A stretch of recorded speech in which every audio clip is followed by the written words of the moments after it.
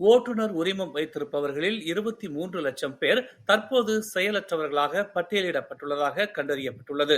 அவர்களின் உரிமங்கள் காலாவதி ஆகிவிட்டன அல்லது 3 ஆண்டுகளுக்கு மேலாக புதுப்பிக்கப்படவில்லை என்று சாலை போக்குவரத்து துறையான ஜேபிஜே தெரிவித்துள்ளது. செயலற்ற ஓட்டுநர் உரிமங்களை வைத்திருப்பவர்கள் வாகனம் ஓட்டுவது ஒரு குற்றமாகும். ஏனெனில் இது அவர்களுக்கு மட்டுமல்ல, பிற சாலை பயனர்களுக்கும் ஆபத்தை ஏற்படுத்துகிறது என்று ஜேபிஜே தலைமை இயக்குநர் டத்தோ ஏடி ஃபட்லி ரம்லி இன்று ஒரு அறிக்கையில் தெரிவித்தார். மோட்டார் வாகனம் ஓட்டும் எவரும் சாலை போக்குவரத்து சட்டம் 1987 சட்டம் 333 படி செல்லுபடியாகும் மற்றும் செயலில் உள்ள ஓட்டுநர் உரிமத்தை வைத்திருக்க வேண்டும் என்று அவர் வலியுறுத்தினார். இந்த உரிமம் வைத்திருப்பவர்கள் இன்னும் வாகனம் ஓட்ட விரும்பினால் சட்டம் 333 கீழ் தேவைப்படும்படி தங்கள் உரிமங்களை பெற அல்லது மீண்டும் செயல்படுத்த அருகில் உள்ள எந்த ஓட்டுநர் நிறுவனத்திலும் ஓட்டுநர் கல்வி பாடத்திட்ட தேர்வு பகுதி 2 மற்றும் பகுதி 3 மீண்டும் எழுத வேண்டும் என்று அவர் கேட்டுக்கொண்டார். அதே நேரத்தில் 3 ஆண்டுகளுக்கும் குறைவான காலாவதியான சிடிஎல் உரிமங்களை வைத்திருப்பவர்கள் KPP-2 மற்றும் KPP-3 சோதனைகளை மீண்டும் எழுதுவதை தவிர்க்க மை ஜேபிஜே செயலி, மை சிகாப் போர்ட்டல் அல்லது நாடு முழுவதும் உள்ள எந்த ஜேபிஜே கவுண்டர் மூலமாகவும் உடனடியாக அவற்றை புதுப்பிக்குமாறு அவர் வலியுறுத்தினார். பகாங் மாநிலம் போதைப்பொருள் துஷ்பிரயோகத்தால் அதிகம் பாதிக்கப்பட்டுள்ளதாக தெரிவிக்கப்பட்டுள்ளது. இந்த ஆண்டு ஜூன் மாத நிலவரப்படி 12,745 பயனர்கள் மற்றும் போதைக்கு அடிமையானவர்கள் ஆவணப்படுத்தப்பட்டுள்ளதாக உள்துறை அமைச்சர் டதஸ்ரீ சைஃபுடின் நசுத்தியோன் இஸ்மாயில் தெரிவித்தார். இந்த எண்ணிக்கை அம்மாநிலத்தில் 1 லட்சம் பேருக்கு 765 பேர் என்ற விகிதத்தை குறிக்கிறது என்று அவர் சுட்டிக்காட்டினார். போதைப்பொருள் துஷ்பிரயோகம் தேசிய சமூக நிலைத்தன்மை மற்றும் பொருளாதார வளர்ச்சிக்கு கடுமையான அச்சுறுத்தலாக உள்ளது என்று அவர் வலியுறுத்தினார். நாடு முழுவதும் உள்ள 47 தனியார் மறுவாழ்வு மையங்களில் தற்போது 1917 பேர் சிகிச்சை பெற்று வருவதாக அவர் சுட்டிக்காட்டினார். 15 முதல் 35 வயதுக்கு உட்பட்டவர்கள், குறிப்பாக திறமையற்ற தொழிலாளர்கள் அதிகம் பாதிக்கப்படுவதாக அவர் கூறினார். இந்த நிலைமை தனிப்பட்ட பொருளாதார திறன் மற்றும் தேசிய உற்பத்தி திறன் நிலைகள் இரண்டையும் எதிர்மறையாக பாதிக்கிறது என்று அவர் கூறினார். மெத்தாம்பெத்தமைன் மற்றும் கெத்தமைன் உள்ளிட்ட செயற்கை மருந்துகள் போதைக்கு அடிமையானவர்கள் மத்தியில் தேர்ந்தெடுக்கப்பட்ட முதன்மை பொருட்களாக உள்ளது என்று அவர் கூறினார்.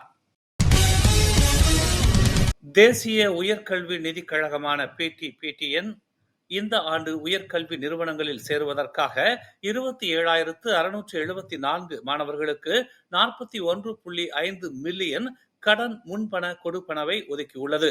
UPU ஆன்லைன் அல்லது பொது பல்கலைக்கழக சேர்க்கை போர்ட்டல் மூலம் பொது உயர்கல்வி நிறுவனங்களில் சேர்க்கைக்கு விண்ணப்பிக்கும் போது உதவி பெற ஒப்புக்கொள்ளும் மலேசிய மாணவர்களுக்கு WPP வழங்கப்படுகிறது என்று அதன் தலைவர் டதஸ்ரீ நோர்லிசா அப்துல் ரஹீம் கூறினார்.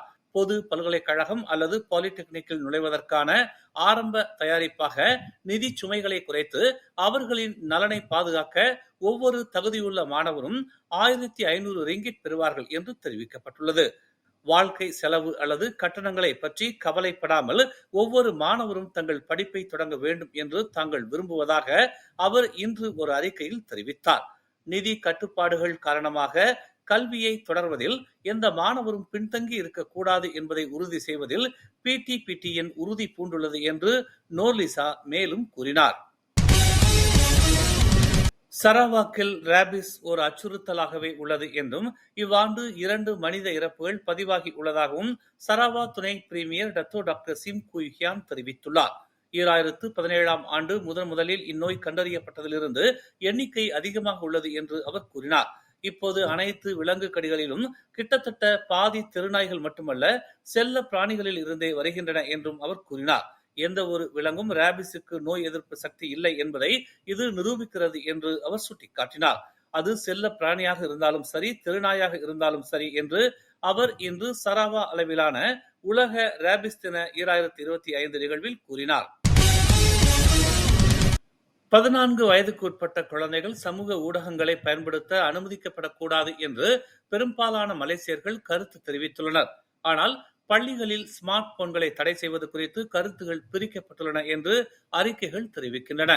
இப்சோஸ் மலேசிய கல்வி கண்காணிப்பு 2025 கணக்கெடுப்பின் முடிவுகளை மேற்கோள் காட்டி சினார் ஹரியான் வெளியிட்ட அறிக்கையின்படி 10 மலேசியர்களில் 7 பேர் 14 வயதுக்குட்பட்ட குழந்தைகளுக்கான சமூக ஊடக அணுகலை கட்டுப்படுத்தும் திட்டங்களை ஆதரித்தனர். இந்த ஆண்டு ஜூன் 20ஆம் தேதி முதல் ஜூலை 4ஆம் தேதி வரை நடத்தப்பட்ட இந்த ஆய்வில் உலகளாவிய நிலையில் பதிலளித்தவர்களில் 71 விழுக்காட்டினரும், மலேசிய நிலையில் பதிலளித்தவர்களில் 72 விழுக்காட்டினரும் சமூக ஊடகங்கள் குழந்தைகளின் கல்வியை பாதிக்கின்றன என்றும் அவை கட்டுப்படுத்தப்பட வேண்டும் என்றும் தெரிவித்துள்ளனர். உலகளாவிய பதிலளித்தவர்களில் 25 விழுக்காட்டினரும், மலேசியர்களில் 24 விழுக்காட்டினரும் மட்டுமே இந்த கருத்தை ஏற்கவில்லை. கோலாலம்பூர் பண்டார்பாரு ஸ்ரீ பெட்டாலிங்கில் உள்ள ஒரு கொண்டோமினியம் பிரிவில் நேற்று 27 வயது பெண் ஒருவர் இறந்து கிடந்தது பரபரப்பை ஏற்படுத்தியது. பின்னர் கொண்டோமினியம் நிர்வாகம் அவ்வீட்டில் இருந்து துர்நாற்றம் வருவதை கண்டறிந்தது. இதனால் உரிமையாளர் போலீசாரை தொடர்பு கொண்டார். கதவை வலு கட்டாயமாக திறந்த பிறகு குளியல் அறையில் இறந்தவரை போலீசார் கண்டுபிடித்ததாக தெரிவிக்கப்பட்டுள்ளது. உடல் ஏற்கனவே அழுகத் தொடங்கி இருந்ததாக தெரிவிக்கப்பட்டுள்ளது. இவ்வாண்டு தொடக்கத்திலிருந்து சம்பந்தப்பட்ட பெண் அங்கு தனியாக வசித்து வந்ததாகவும், மேலும் துணிகளை விற்கும் ஆன்லைன் வணிகத்தை நடத்தி வருவதாகவும் நம்பப்படுகிறது. புத்ராஜயாவில் உள்ள ஐஓஐ சிட்டி மாலில் உள்ள GSC சினிமா தியேட்டரின் சமையல் அறையில் இன்று காலை தீ விபத்து ஏற்பட்டது. காலை 10 மணி அளவில் தீ விபத்து குறித்து துறைக்கு தகவல் கிடைத்ததை அடுத்து ஒரு குழு அனுப்பப்பட்டதாக ஸ்லாங்கூர் தீயணைப்பு மற்றும் மீட்புத்துறை செயல்பாட்டு உதவி இயக்குநர் அமாட் முக்லிஸ் முக்தார் தெரிவித்தார். தீயணைப்பு எந்திரம், அவசர மருத்துவ மீட்பு சேவை வாகனம் மற்றும் 7 பணியாளர்கள் சம்பவ இடத்திற்கு அனுப்பப்பட்டதாக அவர் கூறினார். அவர்கள் காலை 10:24 மணி அளவில் குழு வந்தபோது தீ அணைக்கும் முயற்சிகள் ஏற்கனவே நடந்து கொண்டிருந்தன என்று அவர் கூறினார். சிறிது நேரத்திலேயே தீ முற்றிலுமாக அணைக்கப்பட்டதாகவும் அவர் தெரிவித்தார். இதனை அடுத்து GSC அதன் அதிகாரப்பூர்வ X பதிவில் GSC IO சிட்டி மால் 2 திரையிடல்கள் ரத்து செய்யப்பட்டதாக அறிவித்தது. சினிமா சூழலை பாதிக்கும் எதிர்பாராத சூழ்நிலைகள் காரணமாக GSC IOI சிட்டி மால் 2 திரையிடல்கள் மறு அறிவிப்பு வரும் வரை ரத்து செய்யப்படுவதாக அறிவித்தது. வாடிக்கையாளர்களின் வசதியையும் பாதுகாப்பையும் உறுதி செய்வதற்காக இந்த நடவடிக்கை எடுக்கப்பட்டுள்ளது என்று குறிப்பிடப்பட்டுள்ளது.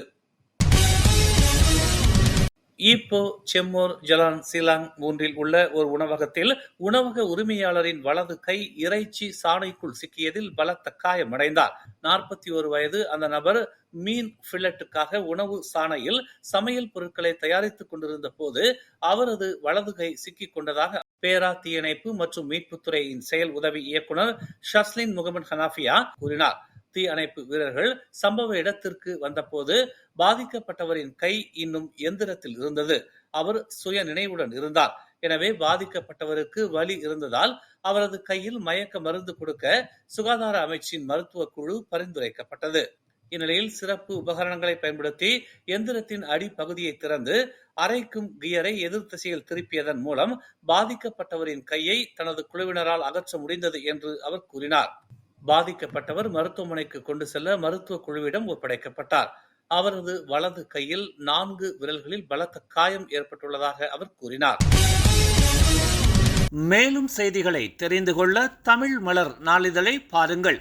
உடனுக்குடன் செய்திகளை தெரிந்து கொள்ள தமிழ் மலர் இணையதளம், தமிழ் மலர் செயலி மற்றும் மலர் டிவி யூடியூப் சேனலை வலம் வாருங்கள். எங்களோடு இணைந்திருக்க மலர் டிவியை பதிவு செய்து கொள்ளுங்கள். உறவுகள் மகிழ்ந்திட விருப்பம் மற்றும் பகிர்வு சேவையை சொடுக்கிடுங்கள்.